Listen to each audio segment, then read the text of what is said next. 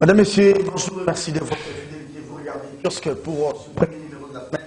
Nous sommes lundi 10 janvier 2022. On va parler cette grand-messe du football africain, Cannes, Cameroun, édition 2022. Nous sommes à la 33e édition. La fête mondiale du football africain s'est ouverte hier à Yaoundé, au Cameroun, en présence du président Biya. Les équipes africaines s'affrontent. Belle entame pour le pays organisateur, le Cameroun, qui a gagné hier face au Burkina Faso.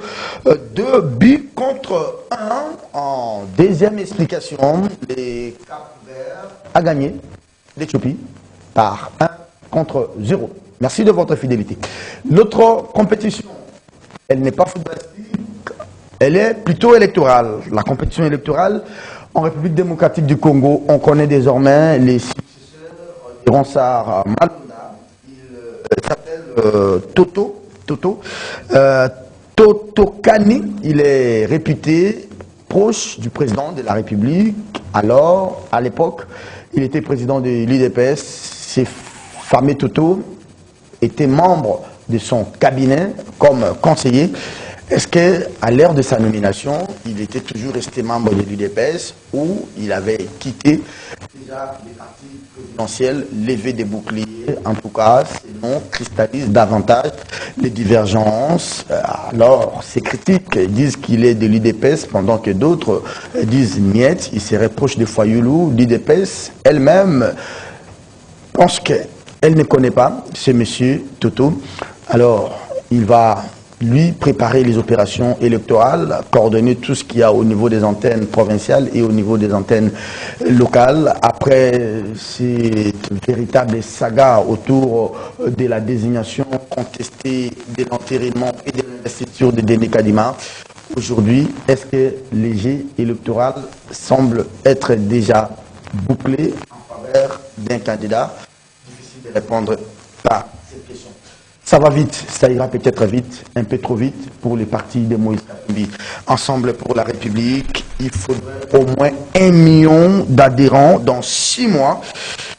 Moïse Katumbi a donné comme mission à Olivier Kamitatou, Francis Kalombo, Vano Kiboko, Isaac Bakoukou. Ils sont près de 6 pour piloter cette cellule d'appui, enfin de faire adhérer beaucoup plus de membres. On parle d'1 million au bout de 6 mois. Compétition électorale. En tout cas, Moïse Katumbi et l'ensemble pour la République mettent les bouchées doubles. Vive le garde d'avertissement. Autre sujet d'actualité ce matin, ce sont chiffres records réalisés par les Fonds national d'entretien routier, les FONER, qui a été publicité notamment grâce à la patrouille financière de l'inspection générale des finances, mais les FONER qui a fait les records l'année dernière, notamment grâce à la DGDA. Et on parle de la DGDA du Haut-Katanga dans la direction pétrolière et qui a été à la base de cette mobilisation des recettes. Bon encadrement du ministère des Finances, mais aussi du nouveau comité de gestion et de la direction provinciale des GDA Katanga avec la direction de Petro. Madame, Messieurs, c'est le menu de ce magazine. On ne va pas non plus oublier cette très mauvaise nouvelle. La mauvaise nouvelle nous vient des Afriland First Bank, ces banques qui est aujourd'hui au cœur d'un scandale. Les actionnaires majoritaires viennent de saisir la gouverneure de la banque. Cette banque n'a aucun comité de gestion et n'a même pas un conseil d'administration. Les opérations bancaires sont donc bloquées, les états financiers bloqués. Donc, cette banque ne sait même plus prendre les grandes décisions. Les commissaires aux comptes ont fait les rapports et un autre conseil d'administration a été délégué, présenté à Madame la gouverneure de la Banque centrale qui, elle, selon la lettre des actionnaires, a refusé de pouvoir entériner ce conseil d'administration. Que se passe-t-il réellement dans ce circuit banquier et financier de la République? Merci de votre fidélité, Madame, Messieurs. Bonne année à vous. Pendant 40 minutes. Papi Katassi à sa première participation à ces magazines. Papi, bonjour et bonne année. Bonjour, bonne année Serge. En tout cas, merci pour l'invitation dans cette émission Kiosque, que j'ai considérée comme une institution pratiquement au niveau de l'espace audiovisuel ici en République démocratique du Congo. En tout cas, très heureux de partager ces moments avec toi. Bien, Papi Katassi va pouvoir cheminer avec nous pendant toute la période de la troisième édition de la Cannes édition Cameroun 2021, même si nous sommes en 2022. Papi, belle entame, cérémonie d'ouverture, haute facture, les Congos absents, mais représentés par Fally Ipupa. Mais d'abord, l'organisation au niveau de la PECAFOOT, tout comme de la Confédération africaine de football association. Justement, après moult tergiversations, finalement, le Cameroun organise en tout cas cette compétition pour la deuxième fois, parce que la première fois c'était en 72. Rappelez-vous, à l'époque où le Congo-Brazzaville, les Testoa, Mbemba et autres joueurs ont eu à remporter cette compétition. Donc le Cameroun s'est bien organisé avec une très belle cérémonie d'ouverture qui a connu la présence bien sûr du chef de l'État camerounais Paul et sa tante épouse Chantal. Et bien sûr, la cérémonie a été aussi marquée par la prestation pratiquement XXL de Fally Ipupa, qui a, au-delà de ça, la RDC n'était pas là, mais Fally quand même a représenté vraiment la RDC dans cette cérémonie de nocturne. Donc, une très bonne organisation avec un super stade, Olembe, 70 000 places, un stade qui a valu pratiquement 240 millions d'euros au gouvernement camerounais pour construire ce stade. Donc c'est vraiment une très belle entame. C'est un début qui n'est pas poussif. En tout cas, c'est à féliciter du côté du Cameroun. Grande fête pour les continents africains dans ces contextes un peu plus particuliers de la Covid. Allez, je vais revenir à vous pour l'analyse des rencontres d'ouverture hier. D'abord, Cameroun face les Lions indomptables face aux étalons du Burkina Faso, mais aussi les Cap-Vert face à l'Éthiopie. Deuxième invité sur ce plateau, Mike Gardi Diana, je l'appelle Diana Fils, même si lui n'est pas vraiment. Bonjour Serge Kabongo, bonjour aux téléspectateurs de Kiosque. Merci d'être les là. sports.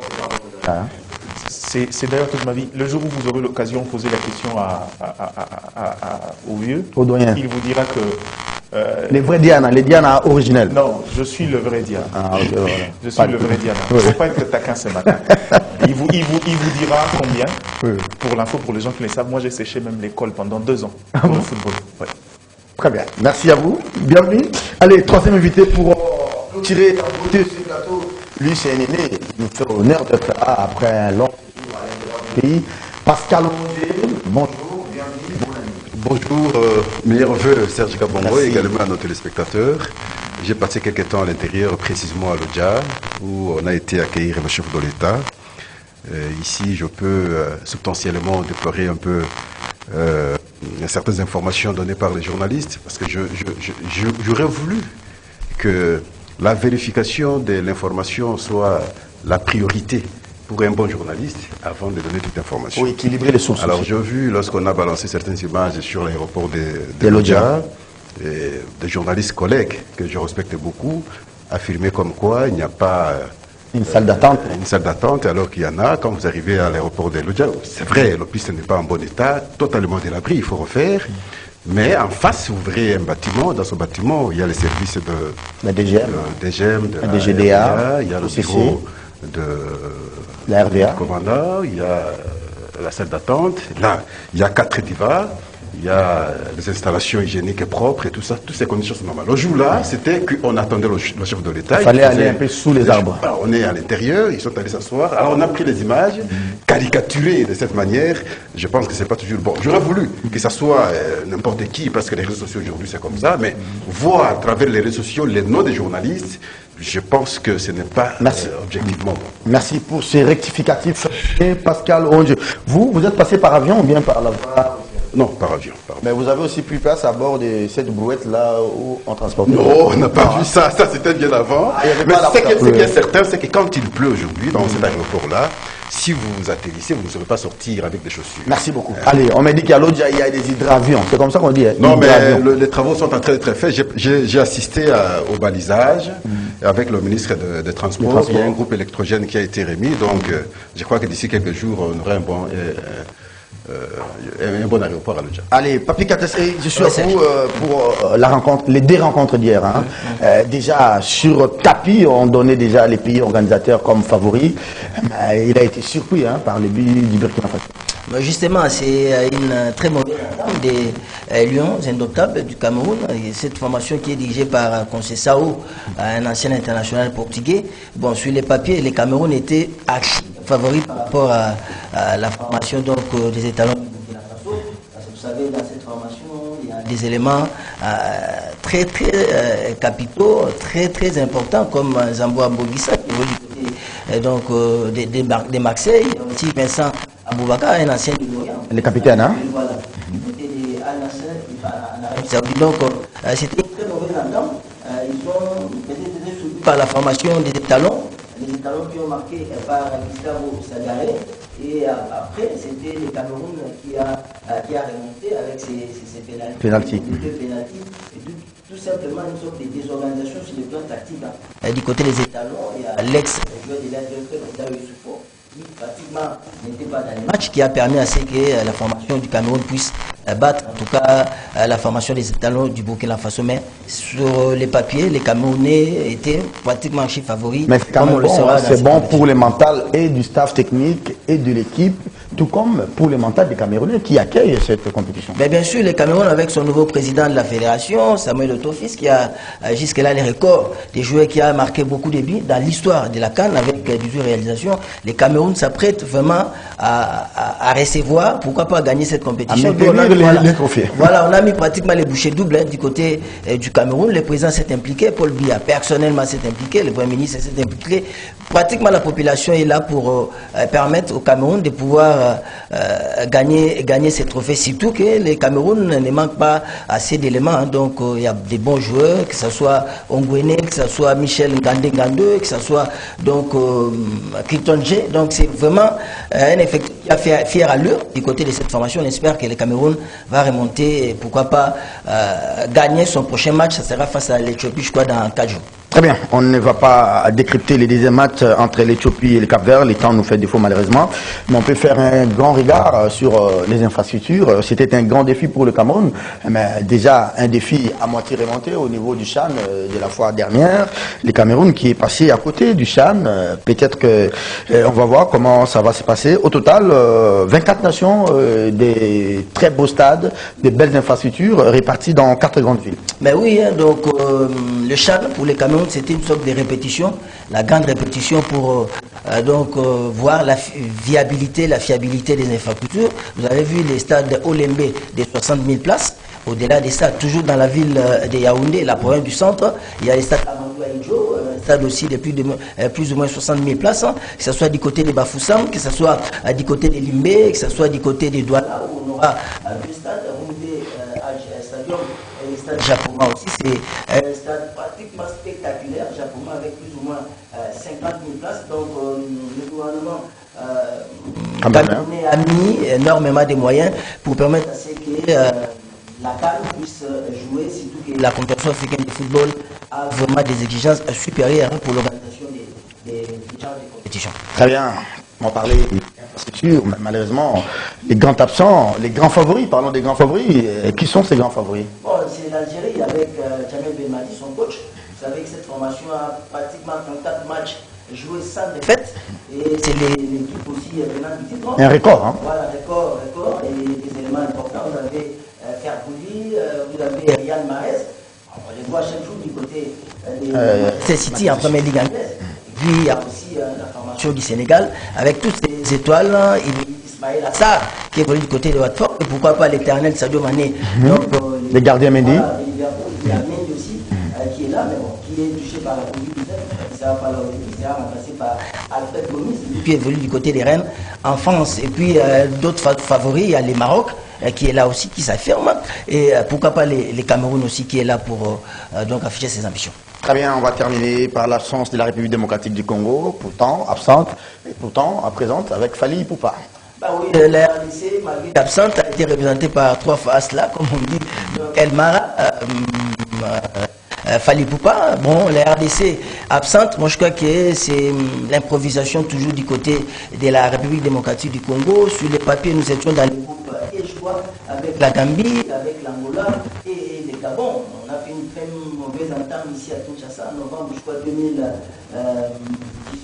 2019, on a fait match contre les Gabon. C'est là où il partait. Avec Sengi Bembe. Voilà, Sengi Bembe qui était là, qui a remplacé Florey Bengi Kwangé, mais bon, c'est comme s'il avait la poisse, il n'avait pas la chance. Sengi Bembe, et puis il y a eu aussi quelques bons moments, nous sommes allés battre l'Angola chez lui au stade 11 novembre, mais bon, on a chuté très mal du côté de Franceville contre les Gabon, on a perdu 3-0. Et sur les tapis verts et sur... oui, on a tapé avec cette affaire de Guélor Kanga. Bon, on comprenait au niveau de la CAF, il y a des réalités. Bon, on avait un dossier costaud, la RDC avait présenté un dossier costaud. Bon, comme il y avait aussi une implication forte du président gabonais, donc il a pesé de tout son poids. Voilà, Ali Bongo au niveau, bien sûr, de la Confédération africaine de football, et on a été débuté sur les tapis. Allez, c'était Papi Katassi qu'on va dire tout à l'heure, mais on ne s'est pas vous livrer comme ça. Parce qu'à l'absence de la CAN, c'est vrai que les analystes politiques, c'est patient. Je vois Gardi, je vois Pascal. On a tout le temps de parler de football, de parler politique, mais c'est quand même le temps à Katassi d'analyser avec nous un peu le football. C'est la grande fête africaine. À l'absence de la Coupe d'Afrique, on se contente du prochain barrage, je crois, pour la Coupe du Monde. Mais en termes d'infrastructure, aujourd'hui, le Congo, le Congo peut aussi apporter un grand événement sportif. Bon, peut-être qu'on attend les Jeux de la francophonie. Hein. Non, mais c'est depuis 1974 que la RDC n'a pas buté une grande compétition comme la CAN. Bon, il y a eu des compétitions peut-être régionales au niveau, sous-régionales, au niveau de certaines disciplines sportives, mais tout simplement parce qu'au niveau de la RDC, on a toujours décrié les manques de la politique sportive. Donc il faut qu'il y ait une bonne malgré la loi publique. sportive. Voilà, la loi est là, mais elle est en désuétude. Hein. Elle doit être retouchée, on doit apporter quand même quelques toilettes. Donc dans cette loi-là, donc la RDC manque de politique sportive. Je crois qu'on doit mettre les moyens. Aujourd'hui, on a la chance d'organiser le 9e juillet de la francophonie, mais c'est toujours aussi de la dérésina. Qui bat des lèvres. Voilà, beaucoup de raisons. On ne sait pas si la RDC va organiser, mais au dernier minute, le gouvernement a confirmé qu'il y a l'argent. On en est où voilà. avec les immeubles qui étaient pourtant annoncés? On a dit que M. Thioyo devrait nous amener des capitaux frais et que nous devons livrer ces immeubles, nous devons livrer à la francophonie quand? Non, mais bon, on avait commencé avec l'épisode de Thioyo, qui le chef d'État avait nommé comme son haut représentant dans cette organisation. Il avait promis d'amener les capitaux suisses. À un certain moment, l'homme a changé, a arrivé pour aller chercher les capitaux au niveau donc, de Dubaï. Les capitaux ne sont pas encore, ne sont toujours pas là, jusqu'à ce qu'il a été évincé comme haut représentant. Il a été remplacé par Isidore Ngwanjo, qui est aussi un expert de l'OIF, hein. Mais bon, jusque-là on attend, les sportifs on a un attendent. problème du Syrie, hein. Voilà, c'est pas ce qui s'est fait au niveau des... On doit normalement livrer les infrastructures au mois d'avril, parce que la compétition c'est au mois d'août.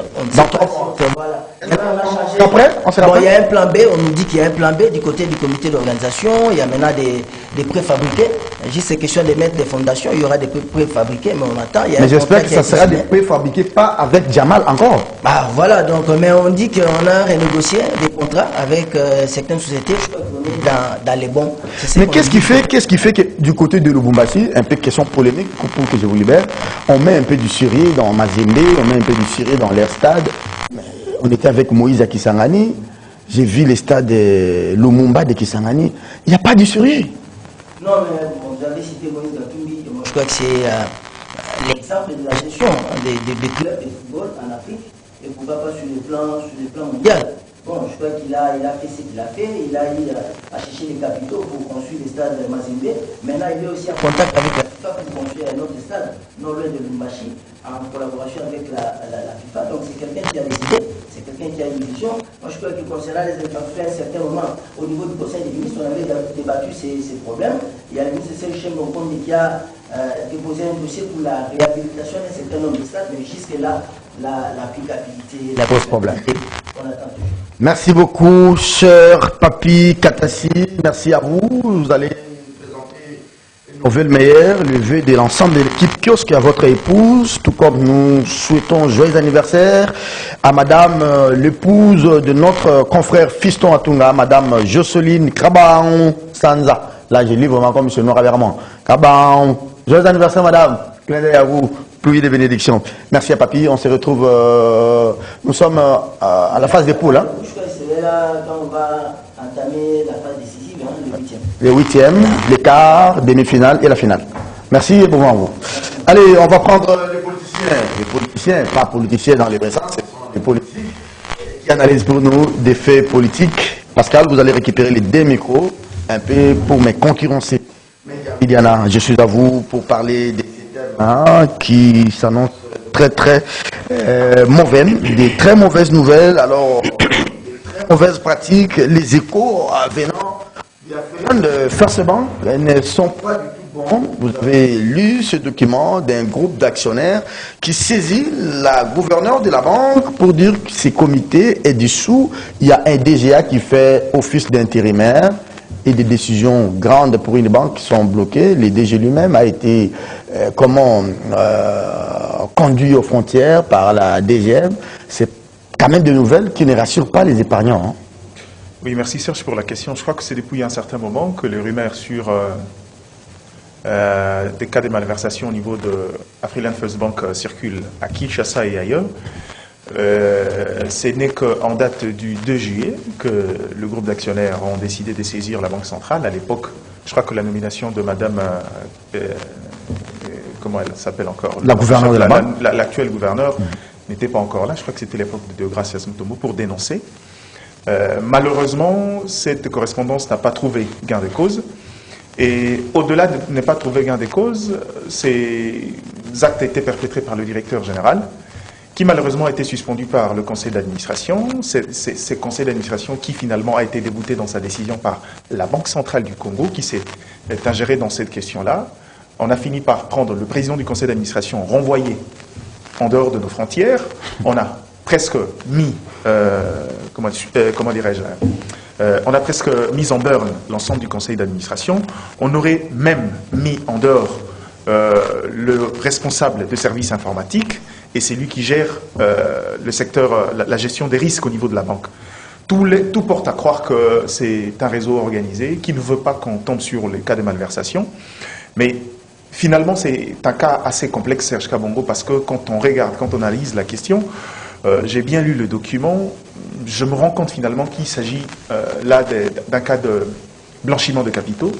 Pourquoi? Parce que selon le rapport des actionnaires de la banque, qui d'ailleurs, jusqu'à aujourd'hui, ont au moins 95%, ça veut dire qu'ils en ont un peu plus, décrit également de cas de malversation qui ont commencé depuis un certain moment, ce qui a conduit d'ailleurs à la suspension du DG qui malheureusement bénéficie d'un soutien qu'on ne sait pas dire d'où ça vient.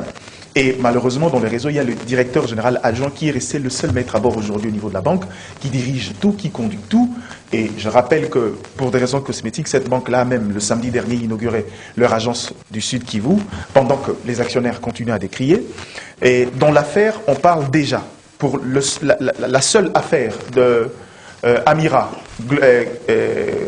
Gold Mining, une affaire de 2 millions de dollars qui passe. Mais en creusant, je me suis rendu compte... Pas 22 millions 22 millions. Oui, 22 millions, pas 2 millions, c'est 22 millions. Je parle de 22 millions de dollars américains.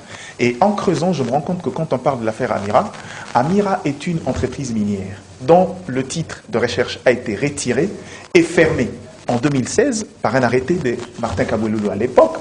Ça veut dire qu'aujourd'hui, on a en face de nous une entreprise qui, de manière illégale, continue à produire ou qui sert de cran pour le blanchiment des capitaux. Et ce qui n'est pas de nature à rassurer les différents partenaires, ce qui peut causer à la longue la défaillance de la banque, dans la mesure où les actionnaires qui crient également qu'on est en train de tripatouiller le patrimoine de la banque, risquent de créer une situation. Il ne faudra pas oublier que cette banque est partenaire de l'État et des différentes institutions. Au-delà de ça, cette banque a de l'épargne publique. Aujourd'hui, quels sont les contextes dans lesquels on évolue pour garantir non seulement la sécurité, après la saga BIAC, BGFI Bank et autres, je me rends compte qu'aujourd'hui que c'est un problème, il y a tout un réseau qui serait derrière, en train de se servir de la banque pour blanchir les capitaux, et ils ont mis hors état de nuire tous les circuits, comment dirais-je, normatifs de la banque pour essayer de continuer. Mais malheureusement, ce que je ne comprends pas, c'est qu'on ne devrait pas en arriver là. Comment on peut décider unanimement de pouvoir presque mettre en burn l'ensemble de l'équipe dirigeante, non seulement les différents services très bien ciblés, l'informatique, parce qu'en termes de transactions et des payes, c'est un service qui veille au contrôle. Pour le passement ou la passation des écritures bancaires. Mais il y a également le gestionnaire ou encore l'analyste de, comment dirais-je, des gestions de crise qui est presque le lanceur d'alerte de la banque. En fait, je dirais, le policier ou encore le gendarme d'une banque pour veiller au côté éthique, au côté moral, mais aussi au respect de principes et de règles. Ce qui veut dire aujourd'hui que Afriland First Bank aujourd'hui, comme on l'a décrié déjà une fois en impliquant Glencore, finalement c'est une banque qui en interne sert de bouc émissaire pour certains qui sont dans le blanchiment des capitaux. Malheureusement, la question de savoir est-ce qu'il y a encore, mais c'est presque inévitable, je crois qu'il y a des dignitaires, il y a des gens qui actuellement jouissant une petite parcelle de pouvoir qui s'en sert pour pouvoir essayer de blanchir des capitaux et pouvoir détourner énormément de l'argent. Vous allez intervenir pour la deuxième fois sur la question, mais je vous donne une feuille. Et vous avez les stylos? Vous notez ma question là. Quelle est la marge de manœuvre de Madame la gouverneure de la Banque centrale? Parce qu'elle qui est venue avec le quitus du Fonds monétaire international, c'est vrai qu'on ne veut pas avoir de l'influence politique sur la banque. Là, vous dites en sourdine qu'il y aurait peut-être des bonches du régime actuel qui voudraient faire. Il y a des gens quelle serait, à votre avis, la position actuelle de Madame la gouverneure? Je vais revenir à vous. Pascal, c'est quand même des très mauvaises nouvelles. Hein. À l'époque de Kabila, fils, on n'avait peut-être pas eu assez d'infos du genre, mais il aurait fallu que Kabila parte pour que nous puissions avoir Congo Hold Up. On vous dit que tel parrain, tel frère, tel cousin, telle nièce de Kabila était dans telle banque. On a comme l'impression, c'est pas l'impression, mais c'est la réalité, c'est bien dommage, que les politiques veulent toujours avoir la même mise dans les circuits financiers, dans les circuits bancaires. Quel intérêt, Pascal? Bon, je ne veux pas raconter la situation. J'ai lu la lettre de manière... oui. Je vu, ils ont signé, je comprends que c'est un côté, c'est un camp qui a écrit la lettre. J'aurais voulu avoir également la version de l'autre camp pour que... Les camps incriminés. Je comprends la situation dans cette compagnie. Mais potentiellement, je comprends que nos banques fonctionnent avec un modèle qui n'est pas conforme au standard international. Parce que à chaque fois qu'on parle de banques en Europe, du Congo, c'est toujours cette question de blanchiment d'argent, c'est toujours cette question de gestion, c'est toujours cette question... alors, je me pose la question, quel est le service régulateur de ces banques? C'est la Banque centrale. C'est la Banque centrale, bien entendu. Oui. Alors maintenant, lorsque la gouverneure prend une position contredisant ce qui ont écrit la lettre que nous avions lu ici, je me dis, il faudrait cette fois-là écouter aussi la gouverneure, qu'elle donne sa version sur les faits, et c'est à ce moment-là que nous aurons une idée globale. Elle qui vient à peine, hein, elle qui vient à peine aux affaires. Si nous essayons de prendre des infos partiales, nous prenons fait et cause pour ce camp qui a écrit et ne pas comprendre le contour de l'autre côté et dégager déjà un jugement, je crois que cette fois-là, nous ne serons pas très impartial. Mais malheureusement, je constate simplement que nos banques ne fonctionnent pas très bien.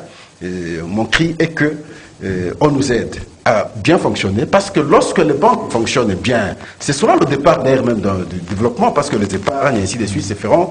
Mais ici, je constate que nos banques ne fonctionnent pas bien. Vous redoutez ce qui est arrivé à la BIAC, parce que moi j'ai des membres de famille, même vous, certains de mes amis, je vais parler d'Eric Izami, qui a perdu plus de 10 000 $ dans cette banque. La BIAC, la réalité c'est que nous avions vu, on a eu même à fermer certaines stations, je ne sais pas si ça continue aujourd'hui. Nous avions vécu ce qui s'est passé. Même la liquidation pose problème aujourd'hui. Oui. Nous venons de suivre ce qui vient de se passer à la BGFI Bank. Évidemment, parce que surtout après le travail de rencontrer les journalistes, avec des éléments probants qui ont démontré effectivement qu'il y a un dysfonctionnement. Mais dans le cas d'espèce, moi, je me réserve simplement parce que jusqu'ici, de mon point de vue, après avoir lu la lettre, j'ai compris qu'il s'agit d'une tendance qui a donné son avis. Mais il faut en même temps avoir l'avis de l'autre tendance. C'est au bout des analyses qu'on peut dégager une lecture totalement objective. Ça, c'est mon point de vue. Justement, je suis d'accord. Parce que simplement, je ne peux pas comprendre que sans qu'il y ait un soubassement, la gouverneure récuse, n'est-ce pas, la position des autres. Non. Même si ça peut arriver qu'elle soit en mesure de protéger certains noms ou certaines personnes. Mais elle ne peut pas le faire de façon brutale. Justement, je prends le pied de votre raisonnement. Le pied, c'est-à-dire la conclusion de votre raisonnement. Maintenant que la banque est sans conseil d'administration, sans comité de gestion, c'est un DGA d'intérim qui fait le boulot. Directeur général adjoint. Le directeur général adjoint qui fait le boulot. Mais un seul directeur général adjoint ne va pas se réunir seul et faire l'état financier d'une banque, déclarer les bénéfices auprès de la DGI ou encore prendre de grandes décisions. Oui, mais je crois qu'on va trouver solution d'ici. On est devant les faits. Il faut lire également le règlement d'ordre intérieur de la banque. Il faut lire également d'autres documents qui permettent le fonctionnement des banques en République démocratique du Congo. Justement. Et avoir les idées maintenant de leur La loi congolaise, oui. Voilà. Lorsqu'on est devant de telles conditions, ça se fait comme la collaboration avec la DGI se ferait comment? Il faut lire, et je crois que c'est clair là-dedans. Est-ce que le pouvoir est limité? Il n'est pas limité? Mais Voilà. ici, moi, je dégage juste ma réflexion du fait que, à partir du moment où la gouverneure a mis en cause ou a refusé la position des autres, alors, elle s'est basée sur quel élément pour justifier son refus? Voilà. C'est cet élément que je recherche. Lorsqu'on aura cet élément, me permettra finalement d'avoir un argument appuyé pour appuyer alors cette fois-là la lettre ou ceux qui ont écrit la lettre ici, ou substantiellement appuyer les DGA d'intérim, ou alors carrément dire que les banques ne servent à rien. Alors, on va prendre le deuxième volet de cette intervention. Vous avez commencé, Pascal. Ce sont les banques. On a cité ici, excusez-moi, je ne fais pas la mauvaise publicité, ce n'est pas intentionnellement. La Robank qui a été citée dans l'affaire des 100 jours, dans les détournements, qui sont déjà été interpellés. Thierry Taïmans, on ne sait pas dans quelle alchimie juridico-politique il s'est enfoui, il est parti. On vous cite BGFI Bank, dont les DG a été contraints à la démission et tous les autres. Et maintenant, c'est Afriland First Bank. On vous cite des banques comme ça. On vous dit d'abord que c'était avec l'homme d'affaires des Glencore, là. Apparemment, les circuits bancaires congolais posent problème. Et malheureusement, toutes les politiques veulent avoir la même mise dans ces banques. Et peut-être que les banques n'ont rien à voir et ils sont obligés de faire avec les politiques. Les politiques veulent avoir la même mise. Les politiques ont la même mise. Voilà, merci. C'est cette mauvaise habitude que nous avions eue dans le passé qui continue. Et c'est à ce niveau que nous devons dire stop aux politiques. Très bien. Laissez les banques fonctionner normalement. Lorsque les banques fonctionnent normalement, elles aident l'économie de notre pays à pouvoir émerger. Mais lorsque vous, politiques, vous mettez vos mains, vous créez un dysfonctionnement, parce que vous devez vous servir pour vos propres intérêts et sacrifier toute une nation, alors là, ce n'est pas normal. Donc ici, il y a une très mauvaise habitude que nous avions acquise Héritée. dans le passé, qu'à un certain moment, nous devons savoir dire stop et permettre que, avec un nouveau paradigme, les choses se gèrent autrement. Les banques se gèrent autrement. Les banques connaissent un autre fonctionnement, un fonctionnement qui permettra maintenant à l'économie nationale de correctement émerger. Mais les banques ont besoin aussi de l'État parce que parfois dans les travaux de préfinancement, les banques génèrent des... Il faut être en bon terme avec l'État, mais peut-être l'État est incarné par des politiques véreux. L'État ne voudrait pas dire ces politiques-là. L'État, c'est des institutions Merci Pascal. qui permettraient que ces banques fonctionnent et soient protégées en même temps. Vous avez tout dit. Les individus Vous avez résumé vraiment. qui vont pour leurs intérêts Bien. privés, politiques soient-ils, je pense, qui ne sont pas au nom de l'État, ils vont à leur nom propre et cette fois-là, ils servent les banques, ils créent des fonctionnements, des organismes, malheureusement, cette fois-là aussi, l'économie du pays. Ça touche même à l'épargne du petit peuple. Est-ce que, à la lumière de ce que les confrères viennent de dire, vous avez encore un autre argument? Je veux répondre d'abord à la question. Tout dit, mais je pense, pour ne pas embrayer sur ma première question, ça aura été la première patate chaude entre les mains de la gouverneure. Hein.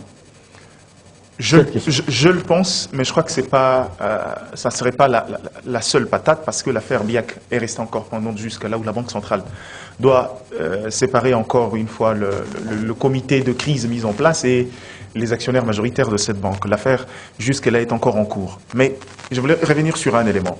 Bon, en fait, je vais commencer par la question. Quelle est la marge de manœuvre de la gouverneure? On a dit ici que c'est elle l'autorité de régulation dans le secteur bancaire. Ça veut dire que c'est à elle de pouvoir prendre le bon côté, prendre la bonne décision. C'est vrai que dans Bleu, on ne peut pas prendre pour de l'évangile la lettre le propos, dans la mesure où il faut encore le rappeler, parce que les enquêtes n'ont pas abouti parce qu'ils ont tenté de vouloir le faire, mais la plupart des gens qui ont voulu faire des enquêtes ont été renvoyés en dehors des frontières. Ça veut dire que c'est on ne sait, exactement. C'est suspicieux. Ce qui rend l'affaire compliquée, c'est le contexte dans lequel on nous met actuellement. Quand je connais, je me rends compte aussi de ce que le comité de crise au niveau de la BIAC a fait de l'argent, du patrimoine de la BIAC, je peux facilement y aller, me rendre compte que c'est une faiblesse qui demeure en nous. Maintenant, dans le cas African First Bank, ce que dans le secteur bancaire, il y a deux règles, notamment la règle des pouvoirs, l'obligation de pouvoir alerter lorsqu'il y a de mouvements suspects. C'est dès là qu'est parti le problème. Il y a eu quelques 2-3 mouvements suspects. Pendant le contrôle, on s'est rendu compte que c'était avec la bénédiction du directeur général. Pendant les réunions, il s'est expliqué, mais de manière pas à convaincre, il a été suspendu. Et une fois suspendu, aussi vite que possible, le lendemain, la Banque centrale annule la décision du conseil d'administration suspendant un directeur général. Récupère même, si c'est quoi, retire l'agrément ou retire l'agrément au président du conseil d'administration et le fout à la porte. C'est à ce moment-là qu'on s'est rendu compte que finalement, il y a quelque chose qui ne va pas. La foudre de la Banque centrale sur... C'est là où ça ne va pas. Mais heureusement, pourquoi je dis heureusement? Parce que tout ceci s'est passé encore sous les derniers instants de Deogracias Mutombo.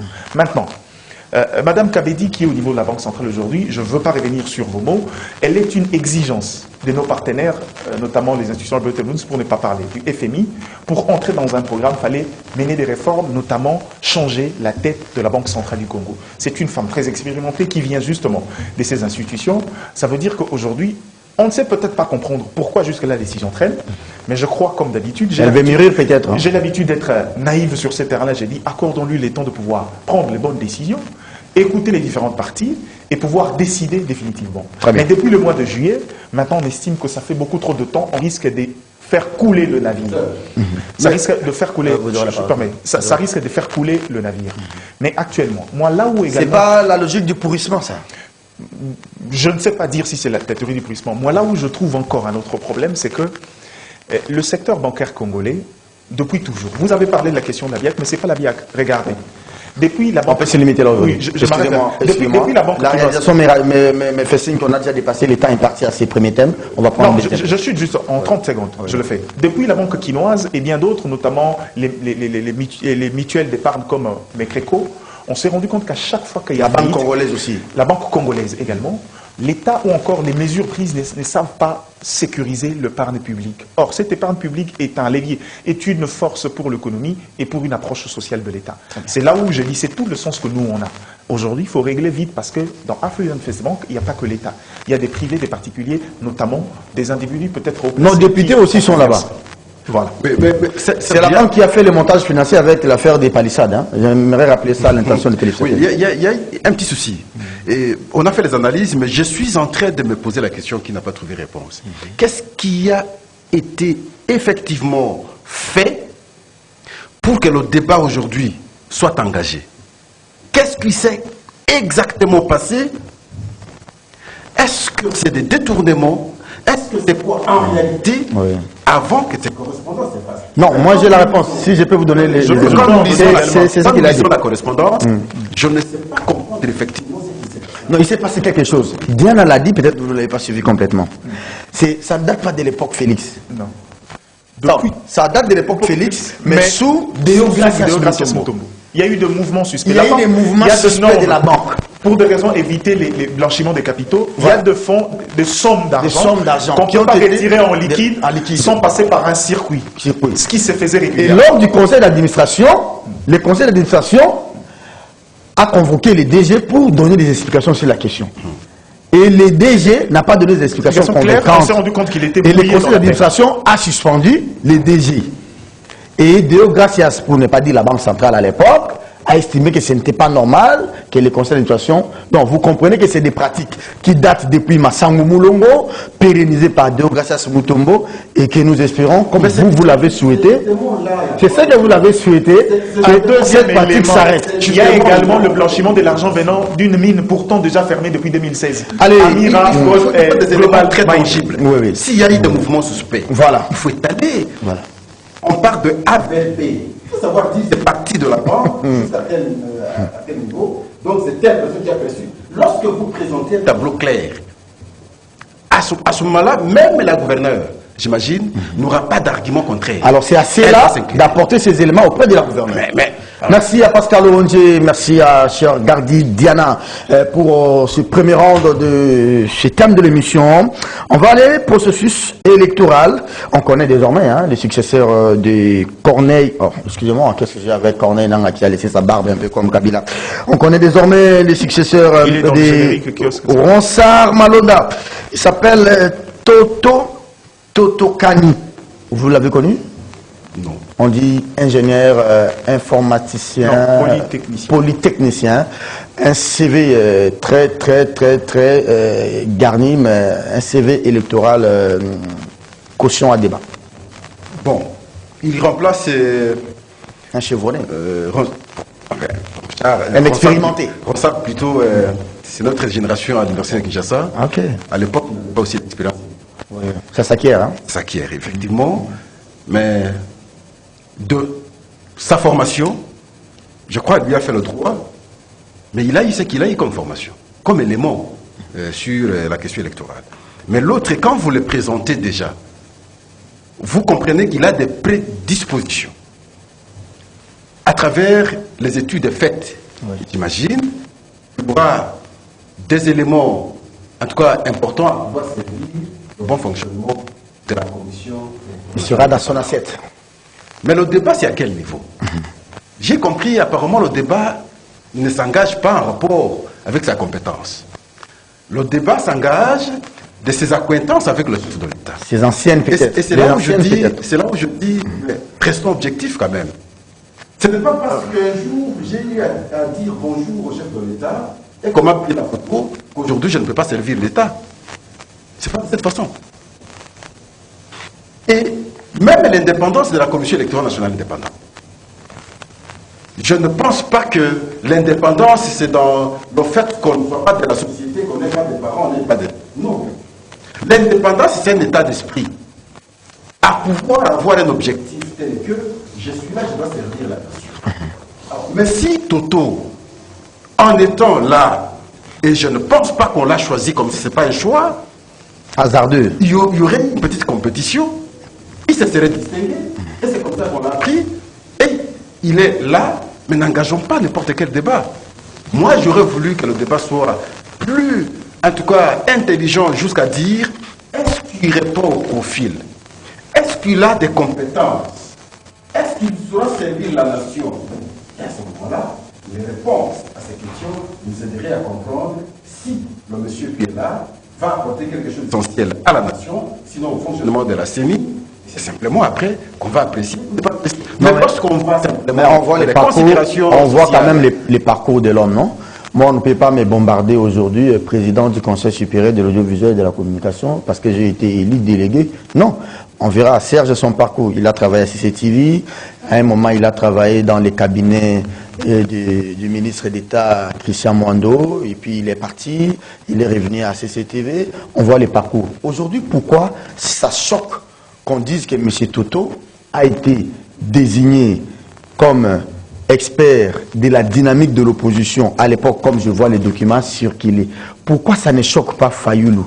Pourquoi ça ne choque pas les supporters ou les soutiens de Fayoulou qui reconnaissent que oui, il a été, par rapport à son expérience, délégué par une structure de la société civile pour venir comme expert auprès de ce Fayoulou? Mais pourquoi on n'accepte pas aussi que dans un délai record, il n'y a même pas 3 ans, il n'y a même pas 4 ans, qu'il était nombré et il était promis comme conseiller au collège économique et financier du président d'un parti politique de l'UDPS qui est M. Félix. En quoi ça gêne les gens de l'UDPS? Ou en quoi ça gêne les soutiens du président de la République? Je n'ai pas suivi la réaction de l'UDPS sur cette question. Non, le secrétaire général a réagi. La réaction officielle. Kabou a parlé sur Top Congo aujourd'hui. Alors, qu'est-ce qu'il a parlé? Il a dit qu'il ne connaît même pas ces messieurs-là dans aucune structure de l'UDPS. Il a considéré sa réaction parce que c'est la bouche autour. Non, mais vous êtes journaliste, il ne faut pas se limiter non, à... moi je me limite parce que le problème c'est quoi? Il faut que nous évitions également des analyses superfétatoires sur les individus parce que simplement les politiques veulent atteindre leurs objectifs. Non, vrai ou faux qu'il a fait partie des conseillers de Félix comme président de l'UDPS? Mais c'est Kabouya qui vous a répondu. Non, mais moi j'ai les documents de sa nomination. Serge, Je peux vous le brandir, je peux prendre mon téléphone. Vous avez le document, les documents aujourd'hui, Oui. ils se produisent n'importe où. Moi, le responsable de l'UDPS vous répond. Voulez-vous croire à sa réponse ou vous voulez vous cramponner seulement à la lettre comme ça? Non, Pascal, moi je suis journaliste. Moi je ne vais pas raisonner par procuration. Pendant qu'il était nommé, moi j'étais là. Il était nommé dans une même décision nommant notre confrère, comment il s'appelle, Paul Diakessé. Paul Diakessé à l'époque chargé de la communication, Pascal. Ce n'est pas que Kabouya, 3 ans après, il veut me faire croire que ça, ce que tu dis est faux, c'est que moi je te dis, à l'époque, Kabouya n'était pas secrétaire général. Voilà. Je reviens à ce que je disais pas très longtemps ici. Oui. Moi, je pense que ce que nous recherchons aujourd'hui pour un bon fonctionnement de la Commission électorale nationale indépendante, c'est avoir déjà des gens plutôt à probité morale, capables de servir la nation. Ce n'est pas parce que j'ai été avec Serge hier que vous devez me rejeter. Mais il a quitté quand? Non. Il a quitté quand? C'est ça. Même lorsqu'on a des compétences, les partis politiques ici, je considère votre logique. Lorsqu'on dit que les partis politiques, il n'y a pas de communiqué. Ah oui. Ah Il oui. n'y a pas un document officiel où on écrit J'ai quitté. Voilà, j'étais dans tel parti politique aujourd'hui, considéré que j'ai quitté. Quelque part, sa conviction, il peut prendre une décision personnelle et prendre une licence partir. Très bien. Mais moi, ici, je considère que c'est à travers sa compétence, une compétition a été engagée. Au départ, on a inséré son nom. Et il s'est distingué lors de la compétition. Mais le choix est clair. On ne peut pas le réfuser, malgré les compétences, du fait simplement qu'il a été un jour avec le Tshisekedi. Un parti politique. Ok. Gardi, moi je trouve d'ailleurs que en réalité, il ne devait même pas être retenu comme candidat. Parce que déjà, il venait d'être dans un cabinet d'un parti politique, d'un président d'un parti politique qui est devenu président de la République, et par sur quoi qui sera candidat. En réalité, il devait être exclu. Que ce soit pour le compte de Fayoulou, parce qu'on veut aujourd'hui donner l'image, il faut justifier que c'était le candidat de Fayoulou pour l'audit du fichier électoral. Que ce soit Fayoulou, que ce soit Tshisekedi, il n'y a pas d'excuse. Que reste-t-il encore de ce processus après d'abord la saga de l'enterrement, vous l'avez dit, de M. Kadima, son enterrement, tout, et sa nomination. Nous, on pensait d'ailleurs que les pouvoirs, bon, comme on dit, on fait boucher double, pas des choses à moitié. On pensait quand même qu'on allait rectifier les choses au niveau même de ces secrétariats exécutifs. Merci pour la question. Je crois... Je rappelle que les élections, c'est une question de confiance. Je comprends. C'est de là que je dis. Je comprends ton inquiétude. C'est que quand on tient compte de l'historicité de la création de cette